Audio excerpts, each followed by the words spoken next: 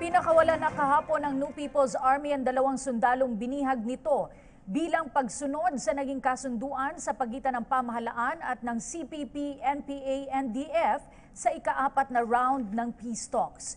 Lubos naman ang pasasalamat ng mga naturang sundalo at ng kanilang kaanak para sa mga tumulong sa kanilang paglaya. Ang kanilang kwento, alamin natin sa ulat ni Eunice Samonte.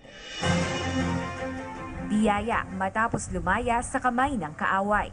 Magkakasama na ngayon ang pamilya at kaanak ng dalawang sundalong dinukot ng New People's Army sa kasagsagan ng unilateral ceasefire Pebrero ngayong taon.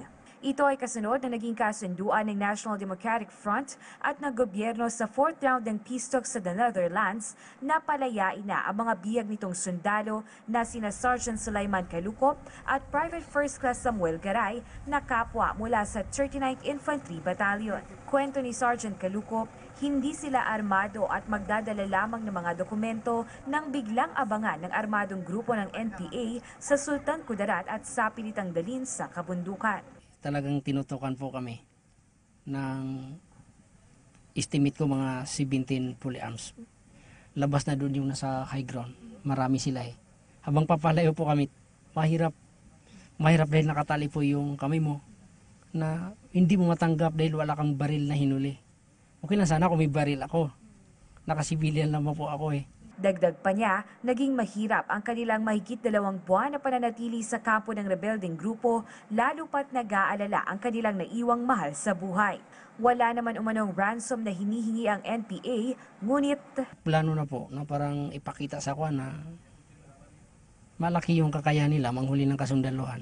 abot langit rin ang pasasalamat ni Private First Class Samuel Garay matapos muling makapiling ang asawa na buntis sa kanilang unang anak. Sobrang saya ma'am kasi lalo na buntis yung asawa ko, makikita ko pa sila at makasama ng matagal.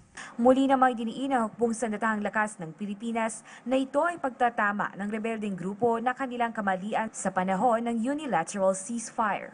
Ang amin pong paniniwala ay ito po ay pamaraan ng NPA para po itama yung kanilang ginawa na patraidor nilang inabdak ang aming sundalo. Dahil nga po nagkaroon po tayo ng unilateral ceasefire noon. But despite the observance of the unilateral ceasefire, inabdak pa rin nila yung sundalo natin. Para po ipakita ng NPA na sila po talaga ay merong grupo o party na nakikipag-negotiate with the government. Positibo naman sina Sergeant Calukop at Private First Class Garay na mayroon pa silang tungkulin na dapat tapusin bilang tagapagtanggol ng bansa. Kaya naman, nang tanungin kung babalik pa sa kanilang trabaho. Opo, dahil ito po ay sinumpahan kong tungkulin ma'am. Na gusto ko ipakita sa pamilya ko na good soldier ma'am, tagapagtanggol. Mula dito sa Davao City para sa PTV News, Eunice Samonte.